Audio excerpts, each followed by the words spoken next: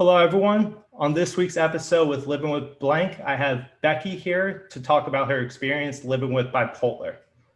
So, hello, how are you? Hello, good today, thank you.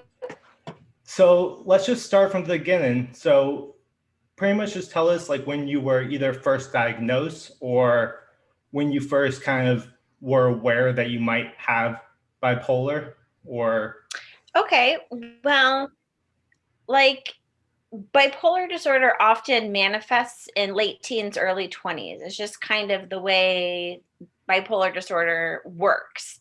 Of course, you can't have it when you're younger, it can start later in life, but that's typically about the time when it kind of starts to express itself. I Now that I'm an adult and I know what anxiety feels like, I realized I had a very anxious childhood. I can also now look back and realize that the first time I was depressed was in third grade, and I just couldn't bear the idea of going to school. And I actually pretended to be sick for like almost the entire school year.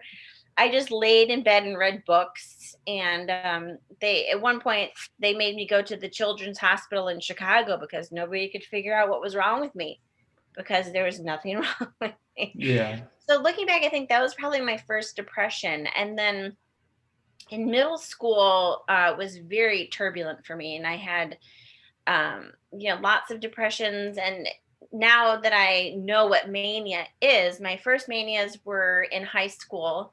That's when I took my first psychiatric medication, was in high school, and it was for anxiety. I was having panic attacks. And now I know when I would stay up for 3 days in a row just painting all night, I know now, like, oh yeah, you were manic then, and I would ditch school. I lived in a Chicago suburb, and I would ride the train into Chicago, and I would just hear this beautiful music and, all these things. And it was like these moments where everything felt like it was aligned in the stars, and like everything was how it was supposed to be. And I started calling those clear notes, but I never thought of them as being anything as in there was something like strange about those experiences. I just thought that they were really wonderful. Mhm. And then I also was very upset a lot. I cried every day. I remember when I found out that people didn't cry every day, I was like, what are you talking about? Like, you don't cry every Yeah. day. Like, it's not normal to cry every day. And they're like, no, that's not normal. So I still didn't know anything about bipolar disorder at this point. And when I was, I guess, 20, I had moved to Los Angeles from Northwest Indiana, and I had probably the worst depression of my life that I had thus far. I've had worse since then, but so I started going to a psychiatrist, and he just thought I was depressed. And a big problem with bipolar disorder, not getting diagnosed, is your doctor has to ask you the right questions, because you don't go to the doctor and say, hey, I feel really great. You go and you Yeah. say, like, I can't get out of bed, or I can't this, or I feel terrible. So I never brought up the times that I felt really great, and he never asked me if I felt really great. And I had an extremely stubborn depression, and bipolar depressions by nature are more stubborn. And then he started asking me, have you been spending a lot of money lately? Have you been making bad choices lately? All these kinds of reckless things you do when you're manic. And then he came to this decision of, what, I think you have bipolar disorder. I think that's what's going on. Then I moved from Los Angeles to Indiana, and I had a whole bunch of terrible doctors. And then I moved to Maryland, where I live now, and I have an amazing doctor that I've been with for the summer will be 15 years. And he has helped me navigate this bipolar world. And he's a little mad scientist with medications. And so that's just the basic timeline of, Uh-huh. so I first got diagnosed when I was 22. Now I'm 41. Okay. And it, you know, began somewhere in my late teens, probably. That was Yeah. a very long-winded answer to your very simple question. Yes, no, but it's a good answer. So been with your current doctor now for 15 years, and Yes. I know you mentioned that you've gone through a lot of medication. Yes, just last or a couple weeks ago, 2 weeks ago maybe, I tried my 30th medication. That's a milestone. It's a milestone. I was like, oh wow, and even 30, because it was 29 for years. And then Uh-huh. finally he's like, hey, do you want to try Capileta, however you pronounce it? And he's like, it's been out for a couple of months. I'm like, sure, let's go for it. Zyprexa is a medication that I've taken for 15 years, and um, I should be thankful that I found something that works well for me, and I am thankful Uh-huh. for that. But it has horrible side effects, and so we're always trying to replace it with something else that I won't have those terrible side effects for. But I try something new, I go crazy. I go back on it, I'm fine. Try something new, I go crazy. So the Capileta was the latest experiment, and let's get rid of the Zyprexa. Uh-huh. So how did you go through so many different medications? Is it like those first like 10 or 15 kind of they just weren't working as well, or they had certain side effects, or because I mean it must be a lot to go through 30 different medications to get to where you are. It is a lot. I'm a person, I quit a lot of things. It's not something that I'm proud of, but if Uh-huh. something is very important to me, I have extreme perseverance, and feeling good and enjoying the world is extremely important to me. And that's why I was able to persevere through so many medications. Why so many? Well, I take multiple medications at a time. What's interesting is Uh-huh. the synergy of medications together is different than a medication on its own.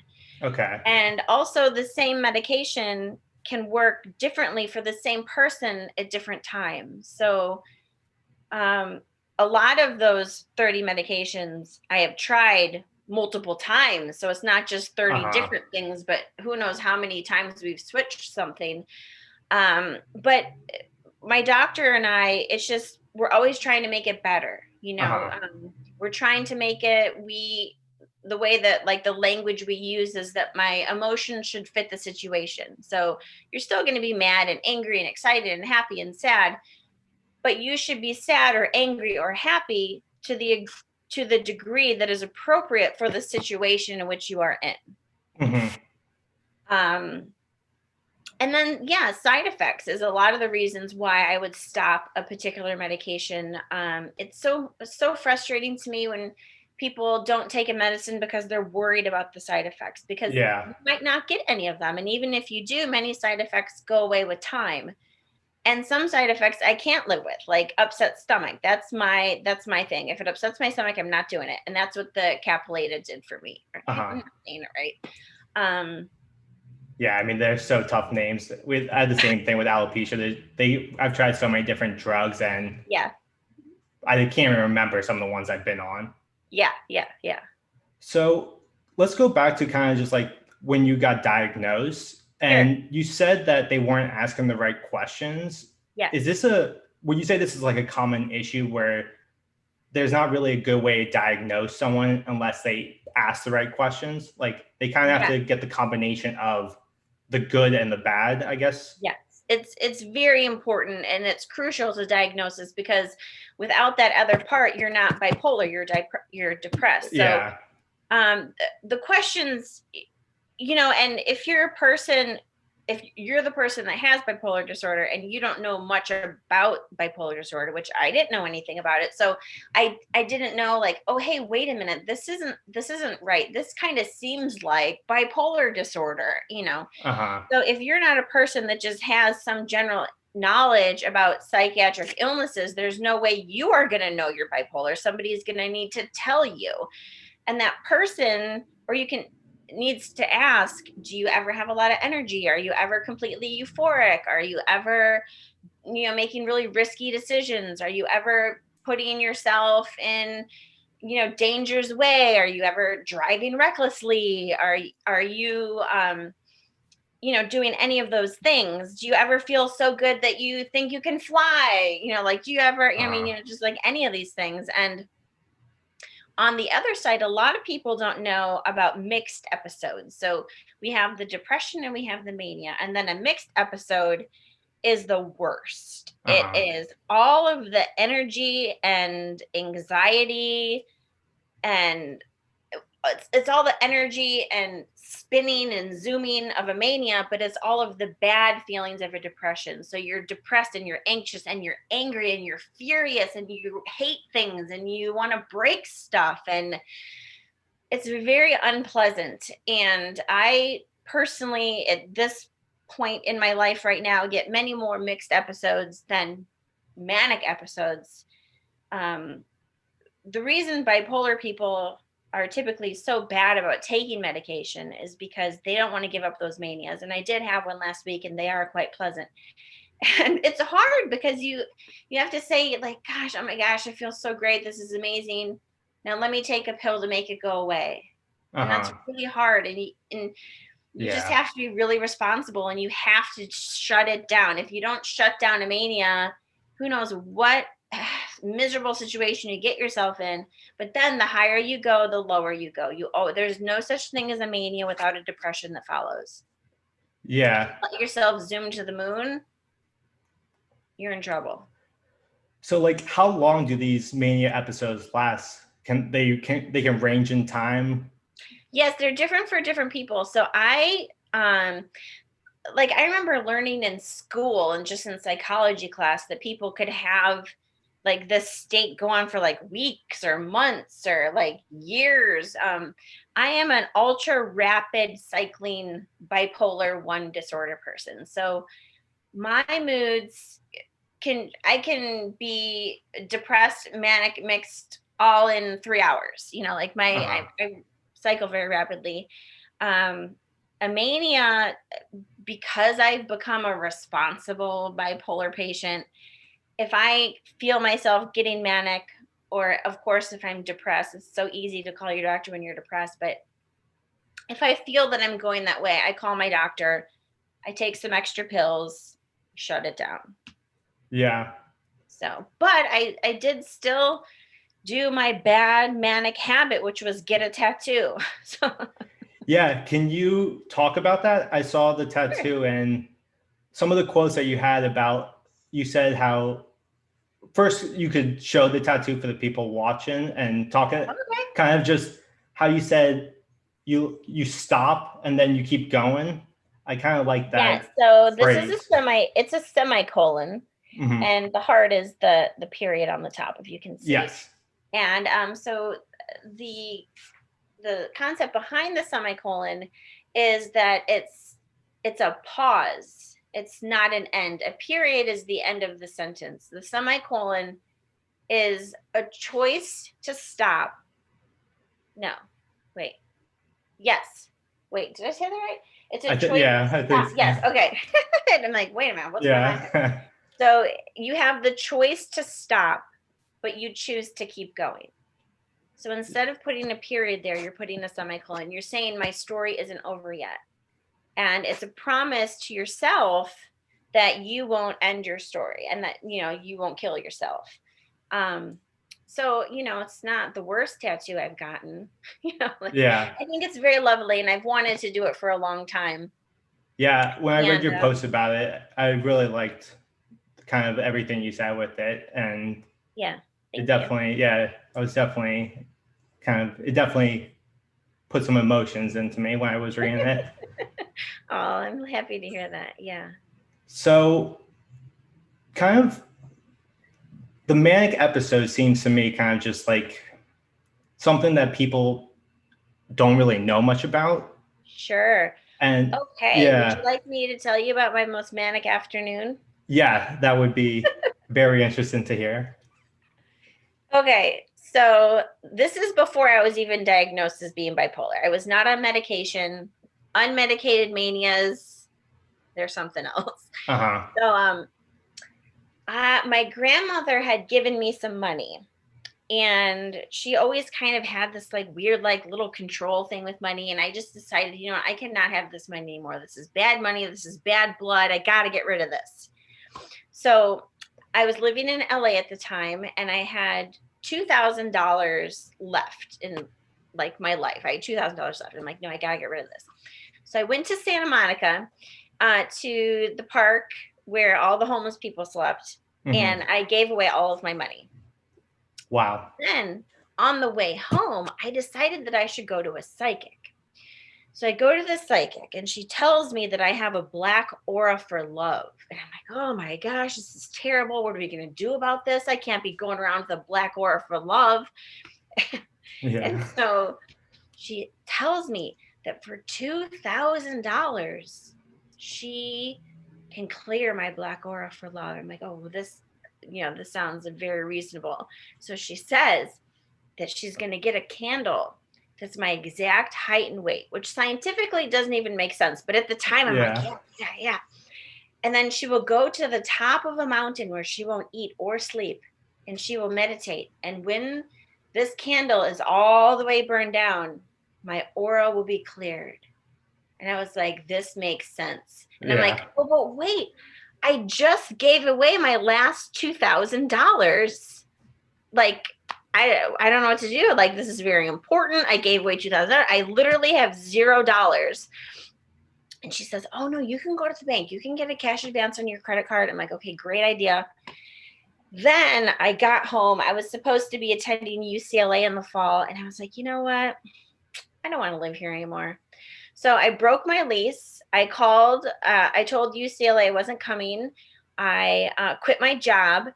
And then I called Bill's moving company and paid them $2,000 to pack my stuff and move it to Indiana.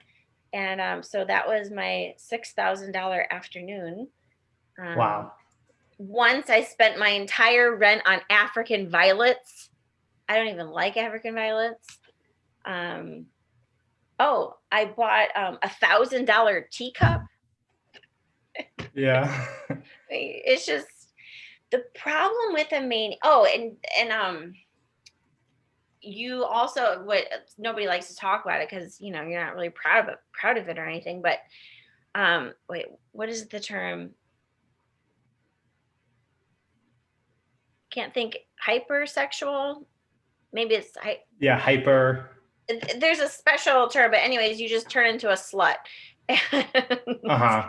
And it's just like, so then is it hypersexual? I can't think what it is that they call it, but the point is you're very reckless. Yeah. And I mean, you sleep with people you don't know, people you don't like, people who are married, people who are, but it's like, and there's all these things you do because there is no sense of consequences. So there are consequences, but being manic is such a weird state because there are no consequences. Yeah. Would you say it's like very tunnel vision? Like, are you just like very just focused on that exact thing and you don't think about anything else? No, your mind is thinking about everything. Okay. One way my psychiatrist and I kind of keep tabs on my mood is, are you having too many thoughts? Interesting. Because it's like all this stuff is going, it's fast, and often I count in my head 1, 2, 3, 4, 5, 6, 7, 8, 9, 10, 1, 2, and I'll be like, oh my gosh, the counting is starting. And it's not counting that I do on purpose. It's just this like super speed thoughts. But at the same time, I get very fixated on something. Yeah. So it's not really a tunnel vision that would be like concentration. It's more like a fixation or an obsession. Okay. While all this other stuff is going on. So we talked about like the manic episodes and kind of just like the high and kind of like how good they are when you're in that moment. But can you talk about just like some of the consequences of these manic experiences? Yes. So the aftermath of these experiences is really hard. And it's not just hard for you, it's hard for the people who love you because you've acted in ways, you've behaved in ways, you've done things that weren't fair or that were, I don't want to say mean, but thoughtless, because when you're in that state, you're not thinking about those things. Those things don't exist. And it's so hard to try to explain to somebody that there were no consequences. Like, unless you felt that, it's hard, and so you get in these situations where you want to apologize for someone to someone for something that you did, for example, and it was, sure, it was you, but it was manic you, and manic you is you, but it's not you. You do and say things you normally would never do. And so trying to apologize and trying to show that it's not an excuse for what I did, but it's an explanation of why I did it. And that can be really hard. Yeah. Would you say, like, coming down from these consequences, would this intensify kind of the lows and the negatives? Like, does this just kind of, how you say, like, the highs, you'll come back to a low? Yeah, that's a great way to say it. When you have this depression after a mania, um, I mean, yeah, you get to dwell on all the things that you did. And when you're in a depressed state, for anybody who's ever felt depressed before, you'll know what I'm talking about. Everything, you have negative glasses on, everything you see is negative, and you are very good at being self-critical and being mean to yourself. And you're very good at, dwelling on things that you wish you would have done differently or said differently, or, you know, another thing that's hard for somebody to understand about these depressions is how sometimes you can't do something. And for me, for so long, the dishwasher has like defined my life. Sometimes I just like, I can't unload the dishwasher. I just can't do it. And I lay on the kitchen floor and I cry because I cannot unload the dishwasher. And it's not that I don't want to. I have a desire for the dishwasher to be emptied. It's just like I can't do it. It's too hard. It's too much work. It feels impossible. It feels absolutely impossible to open that door and put a dish in the cupboard. And, and trying to explain that to someone, it's like, well, just unload the dishwasher. Like, what's so difficult about unloading the dishwasher? It takes like 5 minutes. It's not hard. You take the plate, you put it in the cupboard. Like, what's going on? It's getting in these states that are completely paralyzing. Yeah. And it's hard for people who love you or live with you, that 1 minute you are, in this very friendly, happy, I mean, a manic girl, I'm a lot of fun, come on. And then now suddenly you cry on the kitchen floor and you can't get dressed. Like, it's not just hard for me, it's hard for other people too. Yeah. I know you're married and you have 2 kids. Yes. How is being bipolar, like, is having bipolar an issue with this? Are the kids aware? I don't know if they're too young for this, but yeah, well, for a long time, when my bipolar wasn't managed very well, when we're still, trying to work everything out, for a long time, I was afraid to have kids because I was afraid that they would be bipolar. And I thought, like, this is such a hard life. Like, how could I? And, like, I'm responsible. I go to the doctor and I take my medicine, and sometimes I'm still like, off the rails. And what if they won't take their medicine? And then what if they kill themselves? And then, all these things. And how could I knowingly give somebody this life that can be so hard? Yeah.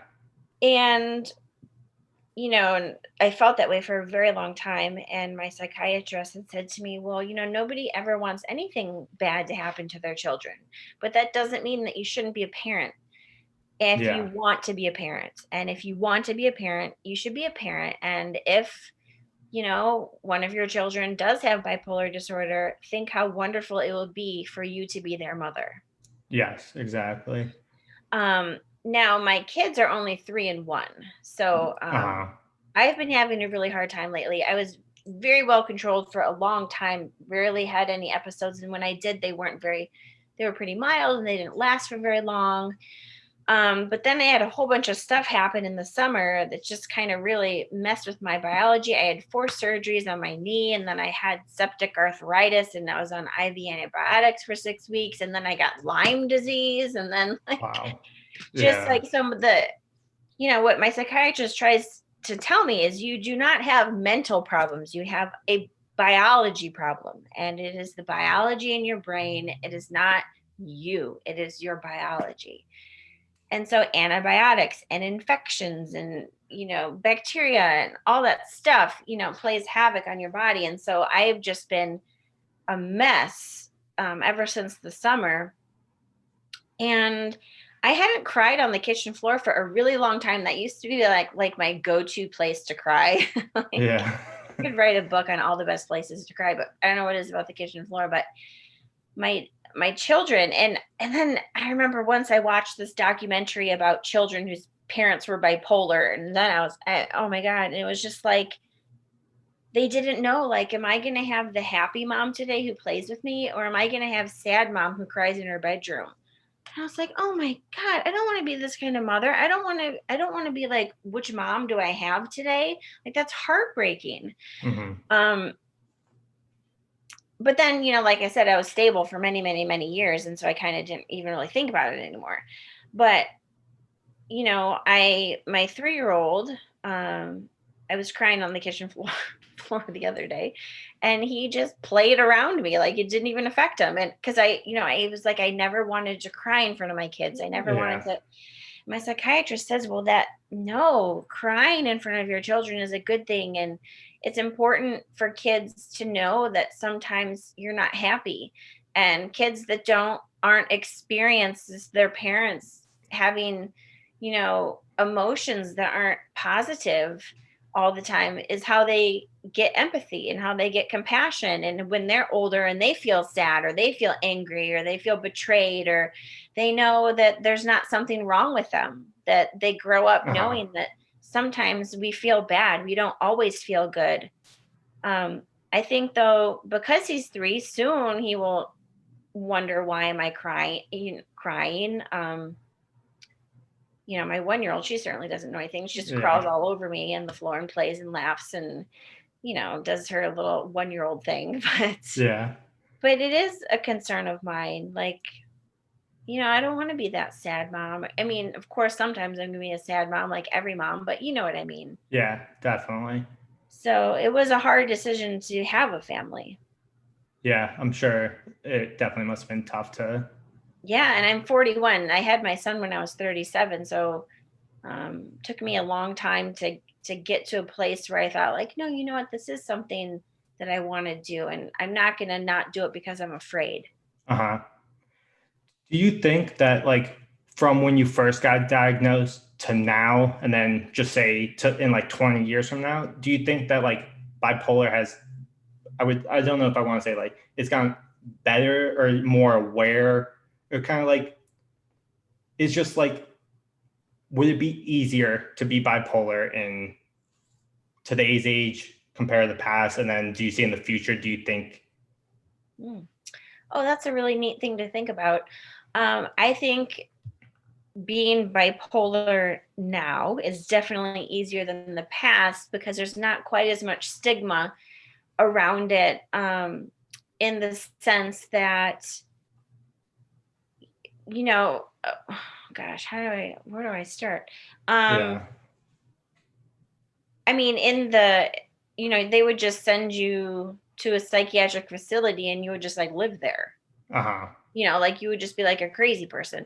And I use the word crazy all the time to describe bipolar and myself, and not in a stigmatizing way, but it's an endearing way because that's what it feels like to me. It's like you're crazy happy, you're crazy sad, you're crazy angry. Like it's Yeah. just this, and I call my medication my crazy pills, like very endearingly. But in this particular sense, that was stigmatized.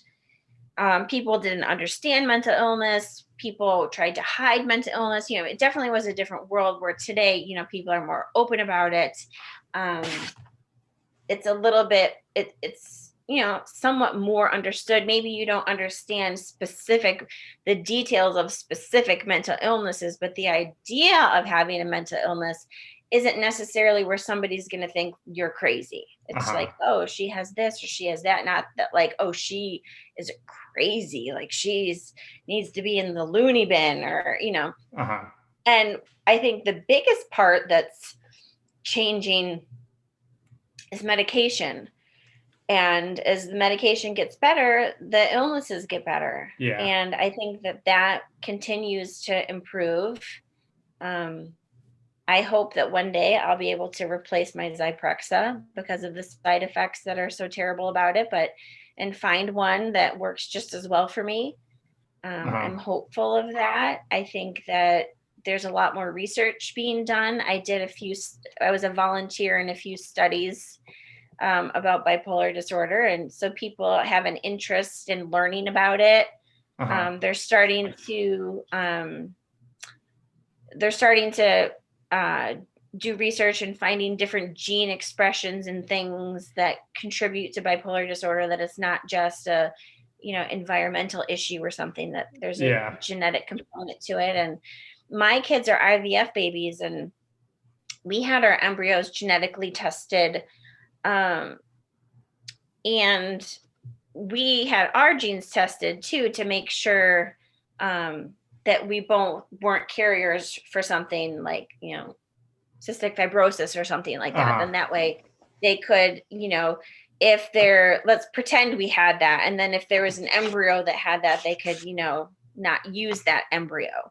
And if they were able to do that with something about bipolar disorder, how wonderful that would be. That, not that everybody should do IVF or anything like that, but it would be if that was an option for me to say, like, okay, I have bipolar disorder, we can test these embryos and make sure that they don't have bipolar disorder. I don't know if that's too science fiction or something, but I mean, I think that would be. Yeah, in the future, who knows?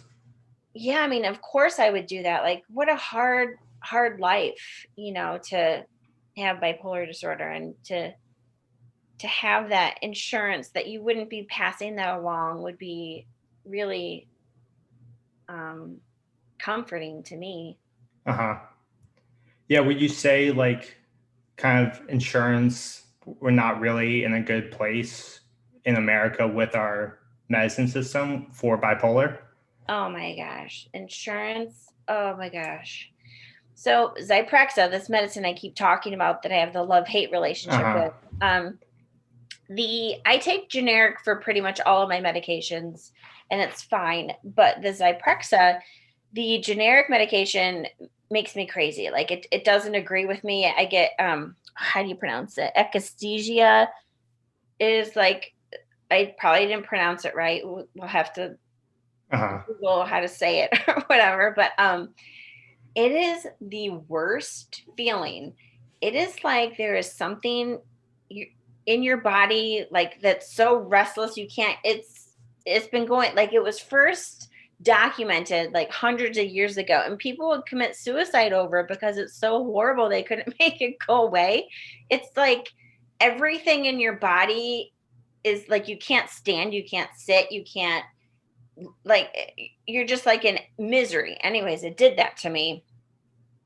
And so my insurance company doesn't want to pay for Zyprexa because it's expensive brand Zyprexa. So they tell me, well, you can't take, we're not going to cover this, but you could take, and you don't like that one, but you could take this medicine instead. It's similar. And it's like, no, I want to take the medicine my doctor has decided I should take, not some list that you have next to your computer of medicines that are similar that you can take. So my insurance refused to cover brand Zyprexa, and without Zyprexa, I'm a crazy person. So we did this little loop-de-loo where Zyprexa came in an injectable form called Relprev. Since there was no generic to Relprev, I was able to get brand Zyprexa.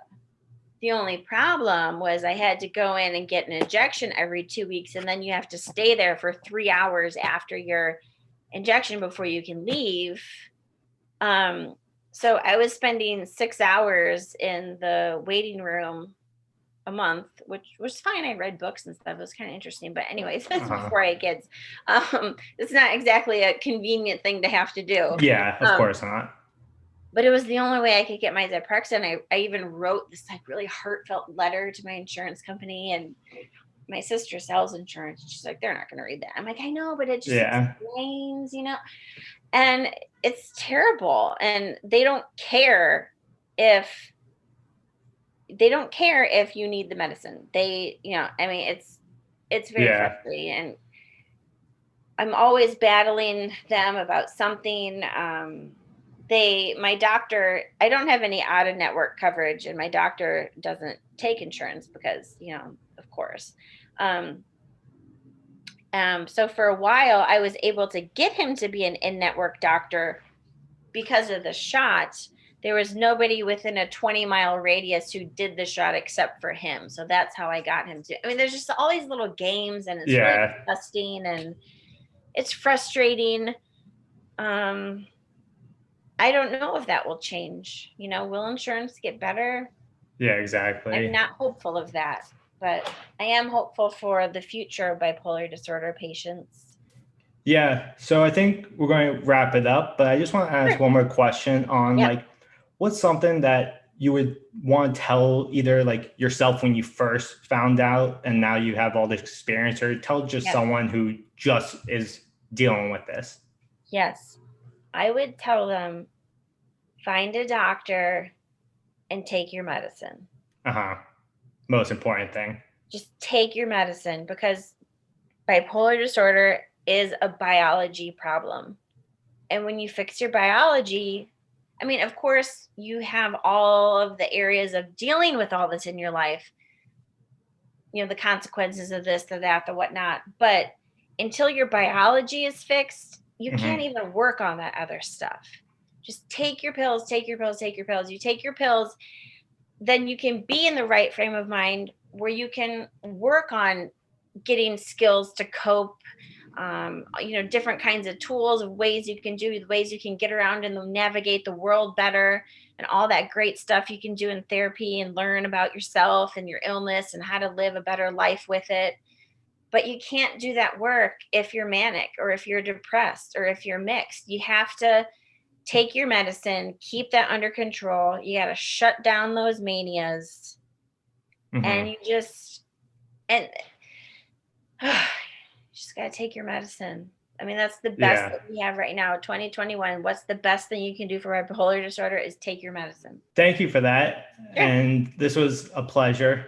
I Yeah, it's fun. really learned a lot, and I hope everyone listening and watching Yeah. learns. And we'll end it on the final note of taking your meds. Take your meds. There Yeah. we go. Thank you Okay. again. Thanks so much. Yeah, of course. Bye-bye. Have a good one.